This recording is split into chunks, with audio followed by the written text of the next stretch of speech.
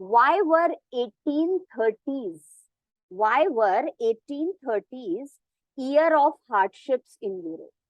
Why were 1830s year of hardships in Europe? तो बेटा ये वो वाला टाइम है, जुलाई रिवॉल्यूशन 1830 वाला बेटा, जब लुई फिली बन गए हैं उसके बाद जो प्रॉब्लम्स लोगों ने फेस करी, ये वो वाला क्वेश्चन है। तो अच्छा खासा इंपॉर्टेंट है, आता भी है। Why were 1830s year of hardships in Europe. इसमें बेटा छोटे छोटे से पॉइंट्स हैं, वो लिख लो, वही सारी प्रॉब्लम्स जो हर कंट्री में होती है। फर्स्ट पॉइंट लिखो, the 1830s were years of great, the 1830s were years of great economic hardships in Europe. The 1830s were years of great economic hardships in Europe. बहुत hardships थी बेटा। Second point, there was a big increase in population all over Europe. और बेटा हम तो अपने देश में भी देख रहे हैं, सारी की सारी प्रॉब्लम स्टार्ट ही यहाँ से होती है। There was a big increase in population all over Europe. तो ये प्रॉब्लम कहाँ से शुरू हुई? Population increase. Third point, there was unemployment everywhere. So simple points, you will be able to learn them. There was unemployment everywhere. Fourth बेटा, urbanization resulted in slums. Urbanization resulted in slums. Industries लग रही थी, लोग काम करने शहरों में आ रहे थे, शहरों में घर नहीं थे, स्लम्स झुग्गी झोपड़ियां बन गई, तो urbanisation resulted in slums.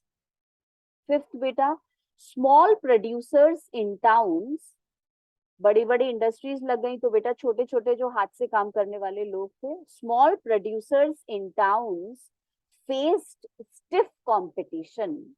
Small producers in towns faced stiff competition from imports of cheap machine-made goods from England. From imports of cheap machine-made goods from England. तो बेटा इंडस्ट्रीज में से तो खूब सारा सामान आता था और चीप भी होता था, तो बेटा ये हाथ से काम करने वालों को बड़ी दिक्कत हो रही थी। Small producers in towns faced stiff competition from imports of cheap imported machine-made goods from England. Sixth point बेटा, peasants struggled, farmers बेटा peasants struggled under the burden of feudal dues. Peasants struggled under the burden of feudal dues. FEUDAL, feudal dues. तो बेटा feudal landlord dues से बड़े परेशान ये लोग। और बेटा लास्ट पॉइंट, समरी पूरी की पूरे इसकी ये है, there was widespread poverty. There was widespread poverty due to rise of food prices, due to rise of food prices or a year of bad harvest, or a year of bad harvest. फसल अच्छी नहीं हुई, खाने की कीमतें बढ़ गई। There was a widespread poverty due to rise of food prices or a year of bad harvest. ठीक, अब बेटा आज जो आप क्वेश्चंस करोगे, आज जो पार्ट आप लोगे, उसको आप थोड़ा सा समझना, बहुत मजेदार है। और अब हम लोग फ्रांस में तो बेटा नेशनल असेंबली बना दी, अब हम लोग बेटा जर्मनी में भी नेशनल असेंबली बनाएंगे। और ये क्वेश्चन इतना इंपॉर्टेंट है कि पूछो मत। तो बेटा जर्मनी का शहर फ्रैंकफर्ट, उनमें भी बेटा सेम हुआ। मिडिल क्लास ने कहा जब फ्रांस में नेशनल असेंबली आ गई, 1848 की बात है, तो हमारे देश में क्यों नहीं आएगी, हमारे देश में भी आनी चाहिए। और बेटा ये सोच के कि हमारे देश में भी आनी चाहिए, मिडिल क्लास लोगों ने पूरा मूवमेंट बनाना शुरू कर दिया, सब लोगों को इकट्ठा कर लिया, अरे पड़ोसी देश में नेशनल असेंबली बन गई, हमारे देश में भी बननी चाहिए। और बेटा वहां उस समय राजा हुआ करता था, तो बेटा इन्होंने जो है पूरी तरीके से सब लोगों को इकट्ठा किया, इलेक्शन भी करवा दिए मिडिल क्लास ने। और बेटा इलेक्शन में लोग जो हैं वो इलेक्ट हो गए। और बेटा एक चर्च था, सेंट पॉल्स चर्च, उसमें जाके ये सारे लोग इकट्ठे हो गए। उन्होंने बोला ये हमारी पार्लियामेंट हाउस है और यहाँ से अब हमारा देश चलेगा। और राजा जो था बेटा उसकी बात सुनी नहीं बिल्कुल भी। तो मिडिल क्लास ने, भाई हर जगह रिवॉल्यूशन से काम हो रहा है तो हमारे यहाँ भी हो गया, तो बेटा इन्होंने फ्रैंकफर्ट पार्लियामेंट का नाम दे दिया उसे। मतलब ये हमारे देश की पार्लियामेंट है। इलेक्शंस भी हो गए और बेटा सब अपना तैयारी। एक छोटी सी गलती हो गई इनसे, और वो गलती ये थी बेटा कि इन्होंने आज भी अपने पार्लियामेंट का कॉन्स्टिट्यूशनल हेड राजा को ही बना दिया। जैसे जुलाई रिवॉल्यूशन में फ्रेंच लोगों से गलती हुई थी, उन्होंने लुई फिलिप को अपना कॉन्स्टिट्यूशनल हेड बना दिया था। पर बेटा 1848 में कोई उन्होंने कॉन्स्टिट्यूशनल हेड नहीं बनाया था फ्रांस के लोगों ने। यहाँ जर्मनी के लोगों का सब काम ठीक चल रहा था, पर बेटा यहाँ इन्होंने गलती ये कर दी कि इन्होंने पर्शिया के राजा को बोला आप हमारे कॉन्स्टिट्यूशनल हेड बन जाओ, आप हेड रहोगे, डिसीजन सारे पार्लियामेंट लेगी, पर आप फिर भी हमारे सिग्नेचर करोगे और आपके सिग्नेचर से सारा काम होगा। पार्लियामेंट जब चाहेगी तब आपको हटा भी सकेगी। एग्जैक्टली बेटा जैसे हमारे यहाँ प्रेसिडेंट, तो प्रेसिडेंट का इलेक्शन होता है, पार्लियामेंट ही इलेक्ट करती है उसको। सेम इसी तरीके से बेटा अब क्या हुआ, पर्शिया के राजा ने बेटा इस बात के लिए मना कर दी। उसने कहा मैं आपका कॉन्स्टिट्यूशनल हेड नहीं बनूंगा, क्योंकि बेटा राजाओं को तो ऑटोक्रेटिक बनने की आदत थी, डिक्टेटर बनने की आदत थी, तो वो ऐसे कॉन्स्टिट्यूशनल हेड बन के कैसे रह सकते थे। और बेटा जो गिने चुने राजा यूरोप में बचे थे उन सब लोगों को इसने खबर कर दी, पर्शिया के राजा ने, कि भाई ये लोग तो ऐसे ऐसे जर्मनी में भी मुझे हेड बना के, कॉन्स्टिट्यूशनल हेड बना के यहाँ वैसी ही नेशनल असेंबली ला रहे हैं जैसे फ्रांस में आ गए। तो बेटा जो भी थोड़े बहुत राजा लोग थे वो घबरा गए यूरोप के, और उन्होंने मालूम है क्या किया, उन्होंने अपनी कंबाइंड आर्मी भेजी और सेंट पॉल्स में जितना पार्लियामेंट में लोग इकट्ठे हुए थे बेटा उन सबको वहां से भगा दिया। कोई पार्लियामेंट नहीं है, सब डिस्पर्स कर दिया, सब हट गई। पर यहाँ एक और गलती हो गई बेटा जर्मन से। जर्मन्स ने बेटा जो पुअर लोग थे, जो पीजेंट्स थे, जो बेटा अभी हमने आंसर लिखा ना, जो पावर्टी में थे, चाहे वो फैक्ट्री के काम करने वाले लोग थे या बेटा पीजेंट्स थे, उनका सपोर्ट नहीं लिया। सिर्फ मिडिल क्लास वाले लोगों ने बेटा अपने आप को ज्वाइन रखा। यूनिटी सिर्फ मिडिल क्लास वाले लोगों ने दिखाई, ना तो बेटा ऊपर वाले लोगों के लिए उन्होंने सपोर्ट मांगा राजा लोगों के लिए, ना नीचे जो गरीब लोग थे उनका सपोर्ट मांगा। तो बेटा जो गरीब लोग थे वो भी पार्लियामेंट छोड़ के चले गए, हमारा इससे कोई मतलब नहीं है, ये हमारी बात तो सुनती नहीं है, हमारे वाले प्रॉब्लम तो सॉल्व कर नहीं रही है। और बेटा जो ऊपर राजा वाले लोग थे उन्होंने भी उनकी बात नहीं सुनी, उन्होंने भी बेटा उनको अटैक करके भगा दिया। तो जर्मनी के बेटा यूनिफिकेशन के लिए जो पार्लियामेंट बनाई 1848 में वो पूरी तरीके से डिस्पर्स हो गई, डिसमेंटल हो गई, खराब हो गई, निकल गई बेटा। ठीक है, अब आप एक काम करो, ये वाला हमने लिखा कि बेटा फ्रैंकफर्ट पार्लियामेंट क्यों फेल हुई, ये वाला question very very very important है। और उसके बाद हम लिखेंगे और पढ़ेंगे, फिर हमारा जर्मनी भी खत्म हो जाएगा कि एक्चुअली जर्मनी बेटा कैसे फ्री हुआ, फिर हम पढ़ेंगे। तो अब क्वेश्चन आप लिख रहे हो बेटा, right a short note on Frankfurt parliament. इतना इंपॉर्टेंट क्वेश्चन है, दोनों तरीके से बेटा, डायरेक्ट शॉर्ट नोट भी आएगा और बेटा डायरेक्ट आपके 1 मार्क वाले क्वेश्चन भी इसमें से आते हैं। Right a short note on Frankfurt parliament. बेटा मैं पॉइंट्स में लिखवा रही हूँ, और अगर ये बोले पैराग्राफ में लिखना तो तुम तो पॉइंट्स को ज्वाइन करके लिख देना, आसान हो जाता है याद करना भी और बेटा लिखना भी। फर्स्ट पॉइंट लिखो, और बेटा अब हेडिंग डाल लो जर्मनी। तो अब हम ये दोनों क्वेश्चंस जर्मनी वाले कर रहे हैं, फ्रांस खत्म हो गया, फ्रांस की कहानी खत्म हो गई, उसको छोड़ो बिल्कुल। और अब तुम दूसरे कंट्री में आ गए हो, फिर तीसरे कंट्री में जाओगे, फिर चौथे कंट्री में जाओगे, तो ऐसे एक एक चीज तुम्हें याद हो जाएगी। Write a short note on Frankfurt parliament, first point लिखो। In the city of Frankfurt, in the city of Frankfurt, comma, a large number of middle class, a large number of middle class professionals, comma, businessmen, businessmen, and prosperous artisans, which are rich artisans, and prosperous artisans came together, came together. Beta, in the city of Frankfurt, comma, a large number of middle class professionals, comma, businessmen and prosperous artisans came together. Full stop. Second point लिखो. They decided to vote for an all German National Assembly. An all German National Assembly. They decided to vote for an all German National Assembly. All German National Assembly और उसके लिए election है. Third point, on 18th May 1848, ये बेटा MCQs में date पूछते हैं. On 18th May 1848, comma, 831 elected representatives. Election हो गए, 831 बेटा रिप्रेजेंटेटिव्स चुने गए. On 18th May 1848, comma, 831 elected representatives marched to take their places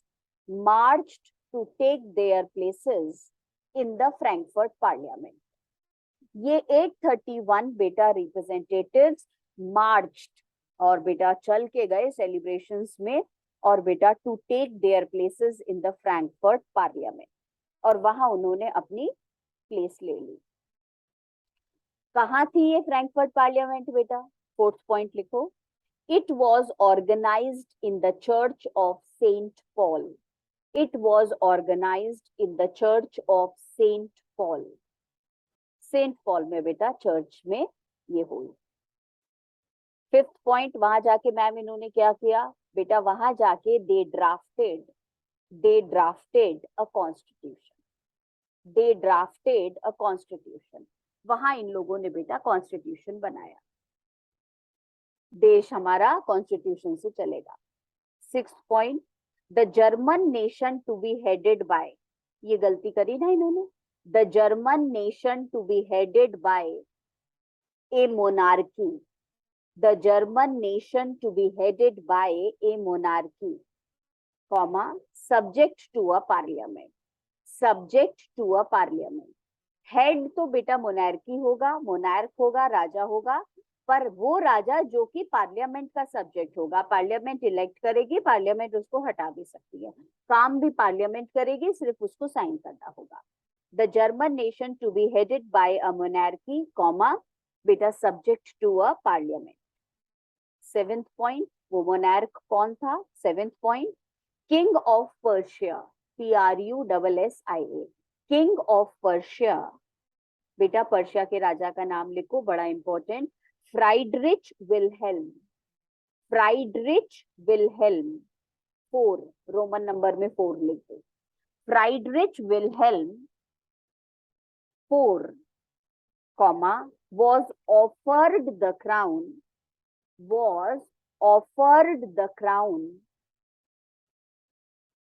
on these terms. बेटा टर्म्स मतलब कंडीशंस, और उसे क्राउन पहनाया, राजा बनाया इस कंडीशन पे. बेटा किंग ऑफ पर्शिया, कॉमा, नाम लिखा हमने राजा का फ्राइडरिच विलहेल्म, बेटा 4 रोमन नंबर में लिखा, comma, was offered the crown on these terms मतलब कंडीशंस. अब एक मिनट रुको.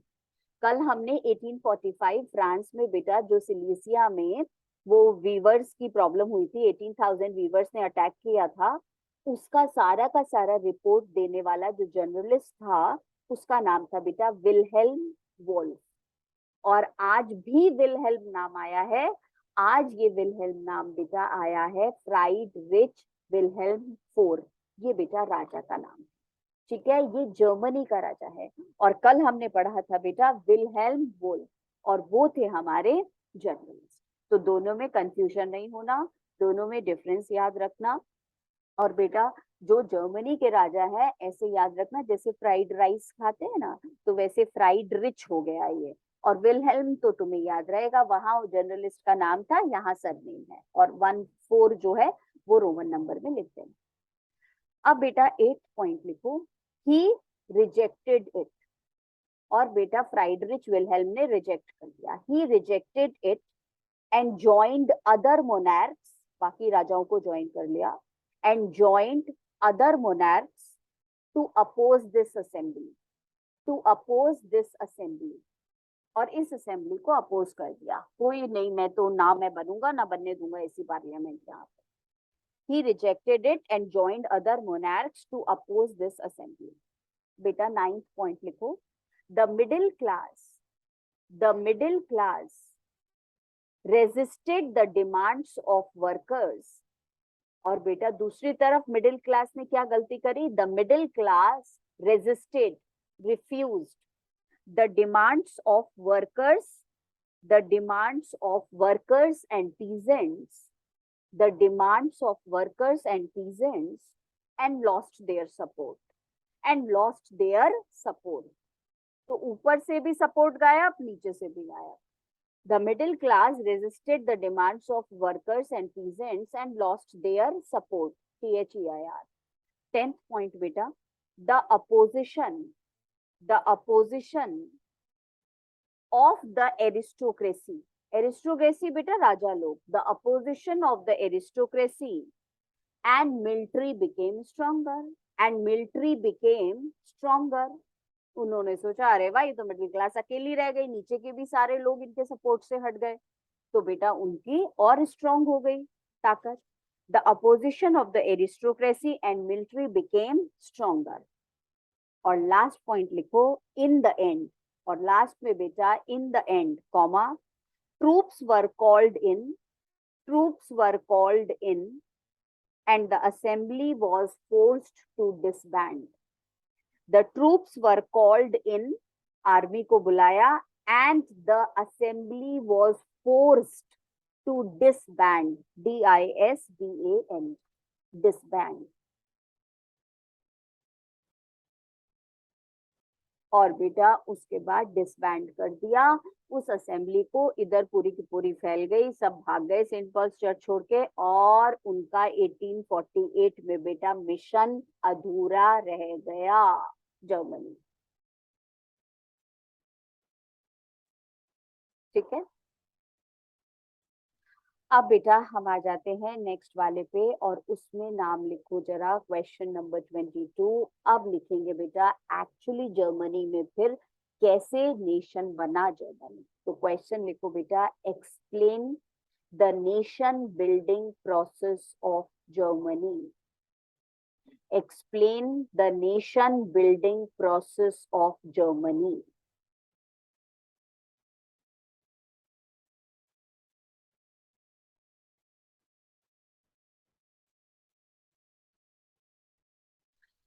और भी मजेदार बात,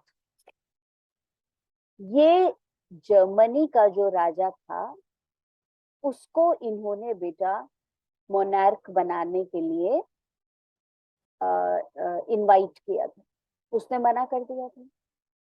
और बेटा अब अगर आप देखोगे तो उसी पर्शिया का चीफ मिनिस्टर था ऑटोमन बिस्मार्क, और उसी पर्शिया के चीफ मिनिस्टर ने जर्मनी को बेटा नेशन बनाया, और उसने लड़ाइयां लड़ी सारे कंट्रीज से, और जर्मनी को बेटा अपना पूरा बोलना चाहिए ना, अलग से इंडिपेंडेंट कंट्री बना के पर्शिया के ही राजा को वहां का कॉन्स्टिट्यूशनल हेड बनाया। तो बेटा ये काम तो पहले ही वो लोग कर रहे थे, पर उस जमाने में हमारे राजा को समझ आया नहीं, पर्शिया के राजा ने मना कर दिया। अब पर्शिया के ही चीफ मिनिस्टर ने बेटा 7 इयर्स लगा करके ये जो जर्मनी था इसे जर्मनी बनाया, और बेटा यहाँ पे पर्शिया के ही राजा को राजा कॉन्स्टिट्यूशनल हेड बनाया। आप बेटा बोलोगे कि मैम क्यों, अगर यही काम होना था तो पहले ही हो जाता ना। बेटा ऐसे काम जब कोई करते हैं तो उन्हें पता होता है कि हमारा इतना नाम होने वाला है। तो बिस्मार्क अपने नाम के लिए, अपनी पोजीशन के लिए उसने बेटा यही काम किया, और उसने जर्मनी को यूनाइटेड कर दिया, जर्मनी को कंट्री बना दिया। अपने नाम के लिए ही नेपोलियन इतना आगे तक गया था, और बेटा हिस्ट्री में मेरा नाम अमर हो जाएगा, बिस्मार्क ने भी इसीलिए जर्मनी को इंडिपेंडेंट नेशन बनाया और अपने कंट्री के राजा को कन्विंस कर लिया कि आप जो है वो इसके कॉन्स्टिट्यूशनल हेड बन जाइए, इसमें कोई बुरी बात नहीं है। तो बेटा ये जो नेशन बिल्डिंग प्रोसेस है वो पूरा का पूरा नाम बिस्मार्क के उसमें लिया जाता है। ये बेटा इनकी पूरी जर्मनी की कहानी थी। मजे की बात ये कि बेटा जो फ्रांस खुद अपने देश में नेशनल असेंबली बना चुका था, वो अब नहीं चाहता था कि जर्मनी में भी नेशनल असेंबली बने। तो बेटा बिस्मार्क ने उससे भी लड़ाई करी, फ्रांस से भी लड़ाई करी, बाकी देश के लोगों से भी लड़ाई करी कि नहीं, मुझे जर्मनी को इंडिपेंडेंट कंट्री बनाना है, और बेटा उसको इंडिपेंडेंट कंट्री बना दिया। तो ये वाला क्वेश्चन जो हम पढ़ रहे हैं, question number 22, explain the nation building process of Germany, तो इसमें बेटा थोड़ा सा फ्रैंकफर्ट पार्लियामेंट का देता हुआ और फिर हम ऑटोमैन बिस्मार्क की तारीफ करेंगे। राइट डाउन बेटा, फर्स्ट पॉइंट लिखो।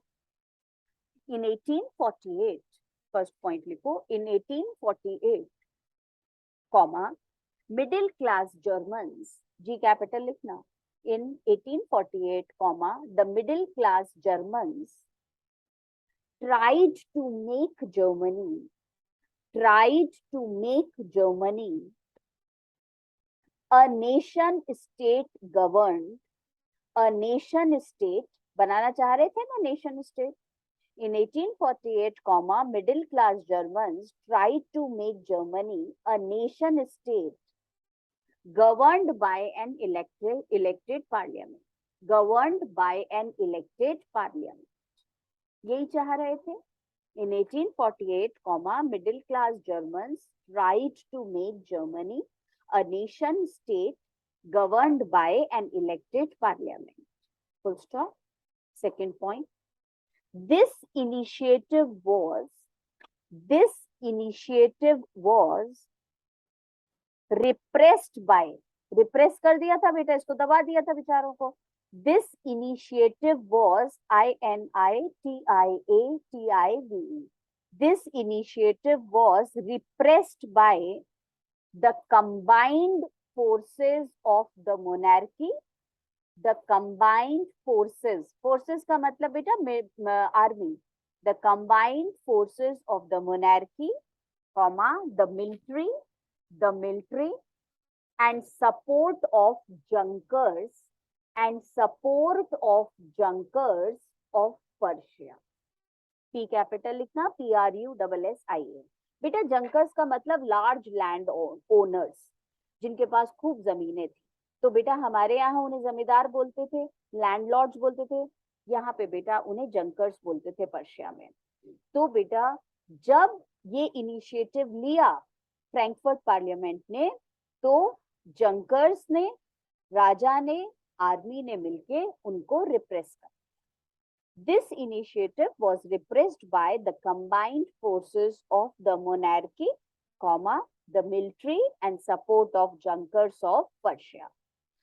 अब बेटा थर्ड पॉइंट लिखो, from then on, from then THEN on, comma, उसके बाद से, फ्रॉम देन ऑन का मतलब उसके बाद से, from then on, comma, the chief minister of Persia, उसी देश का बेटा जो चीफ मिनिस्टर था, the chief minister of Persia, comma, नाम लिखो उसका, Otto, OTTO, Otto van, VAN, Bismarck, BISMARC, Otto van Bismarck took on the leadership of national unification of Germany. Took on the leadership of national unification of Germany. भैया मैं Germany को United करूंगा, उसने बेटा leadership ले ली. The leadership of national unification of Germany. Fourth point बेटा, Bismarck, BISMARC, Bismarck carried out this. कैसे किया उसने ये? Bismarck carried out this with the help of the Persian army. अपने देश की आर्मी के साथ. Bismarck carried out this with the help of the Persian army and bureaucracy. बेटा BUREAUCRACY. ब्यूरोक्रेसी मतलब ऑफिसर्स. तो ऑफिसर्स का सपोर्ट मिला, आर्मी का सपोर्ट मिला, और बेटा लीडरशिप ले ली उसने कि मुझे तो यूनिफिकेशन कराना है जर्मनी. फिफ्थ पॉइंट बेटा, देयर 3 wars ओवर 7 years. 7 सालों में 3 wars लड़ी बिस्मार्क ने. 3 wars over 7 years were fought, comma लगाओ, और किस किस कंट्री के साथ? With Austria, Denmark and France. With Austria, Denmark and France. क्योंकि बेटा ना फ्रांस चाहता था, ना डेनमार्क चाहता था, ना ऑस्ट्रिया चाहता था कि जर्मनी नेशन बने. तो बेटा बिस्मार्क ने 7 सालों में 3 लड़ाइयां लड़ी इन तीनों कंट्रीज से, ऑस्ट्रिया, डेनमार्क एंड फ्रांस. अजीब बात है ना, फ्रांस खुद तो नेशनल असेंबली बना लिया और इसको मना कर रहा है.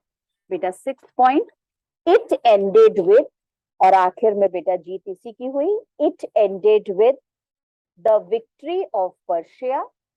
It ended with the victory of Persia and completion of the process of unification. And completion of the process of unification. And completion with the process of unification. और बेटा यूनिफिकेशन का काम भी खत्म हुआ. It ended with the victory of Persia and completion of the process of unification. बेटा 7th point बड़ा important है. 7th point, जीत के बाद क्या हुआ? On the bitterly cold morning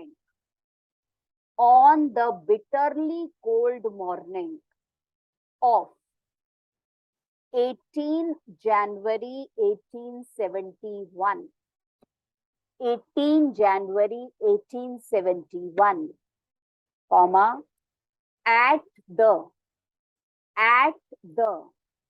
Hall of Mirrors, H capital, M capital, H capital, M capital, on the bitterly cold morning of 18 January 1871, comma, at the Hall of Mirrors,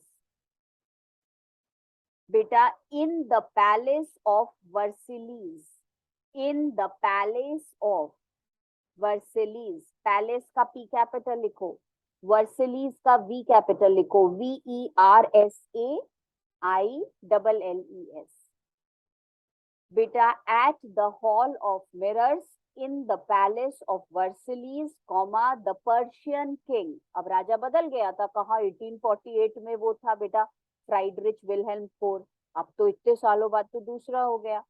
The Persian king, और उसका नाम था बेटा Kaiser, KAISER, William I. Kaiser William I was proclaimed German emperor. Was proclaimed मतलब announced German emperor. उसे बेटा Germany का राजा बना. Was proclaimed German emperor. ठीक है, हाँ जी मैम, ठीक. अब बेटा ये वाला पॉइंट मैं रिवाइज कर रही हूँ क्योंकि मुझे इसमें 2-3 बातें याद करानी है. On the bitterly cold morning of 18th January 1871 at the Hall of Mirrors in the Palace of Versailles, the Persian King Kaiser William I was proclaimed German emperor. बेटा नेशनल असेंबली फ्रैंकफर्ट पार्लियामेंट कब हुई थी? 18 मई 1848. अब German बेटा nation कब बना? तो आप याद रखना 18 जनवरी 1871. तो बेटा वो 18th में थी, ये 18 जनवरी. और बेटा वो 1848 थी, ये 1871 है. ठीक है. 8th पॉइंट बेटा, द न्यू जर्मनी. अब देश बनने के बाद जर्मनी ने क्या किया? The new Germany placed a strong focus on modernizing the currency. अपनी करेंसी मॉडर्न बनाएंगे, वो सोने और चांदी के सिक्के नहीं चलेंगे. The new Germany placed a strong focus on modernizing the currency, banking, legal and judicial system.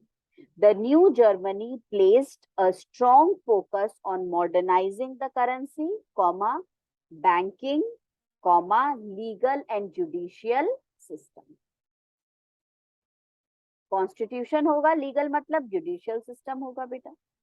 9th point बेटा, hence Bismarck is called the architect of Germany unification. ये question आएगा तो भी यही लिखना है. Hence, Bismarck is called the architect of Germany unification.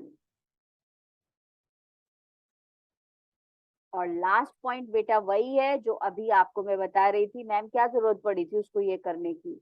बेटा उसका नाम हो गया ना, और उसके नाम के साथ उसने ये भी बता दिया कि भैया मेरा देश में तो कितनी पावर है, हम किसी दूसरे देश को इंडिपेंडेंट बना सकते हैं. तो लास्ट पॉइंट लिखो बेटा, the nation building of Germany demonstrated the dominance of, demonstrated का मतलब बेटा showed, the nation building of Germany demonstrated the dominance of Persian power. The nation building of Germany demonstrated the dominance of Persian power. Persia की power, dominance की बेटा सब जगह जो है वो डिस्प्ले हो गई. तो the nation building of Germany demonstrated the dominance of Persian power. ठीक है. बेटा आज का क्वेश्चन लिख करके छोड़ दो और फिर कल मैं यहाँ से स्टार्ट कराऊंगी. और वो है बेटा, explain the role of women in nationalist struggle. Explain the role of women in nationalist struggle. बहुत इंपॉर्टेंट क्वेश्चन है बेटा, ये भी डायरेक्ट पूछते हैं. ठीक है. तो बेटा अब हमने 2 चीजें कर ली. एक तो हमने फ्रांस के सारा का सारा उसमें नेशनल असेंबली कैसे हुआ 1815 से लेके 1848 तक कर लिया. आज हमने बेटा जर्मनी का यूनिफिकेशन करा दिया. और जब तुमने जर्मनी का यूनिफिकेशन कराया तो भी 2 बातें थी बेटा. उसमें तुमने क्या क्या चीजें करी? उसमें तुमने करा फ्रैंकफर्ट पार्लियामेंट, और दूसरा बेटा जो बिस्मार्क का रोल है वो. ये हमारा खत्म हो गया. अब हम बेटा इटली की बात करेंगे, और इटली का यूनिफिकेशन कैसे हुआ that we will read in the next chapter.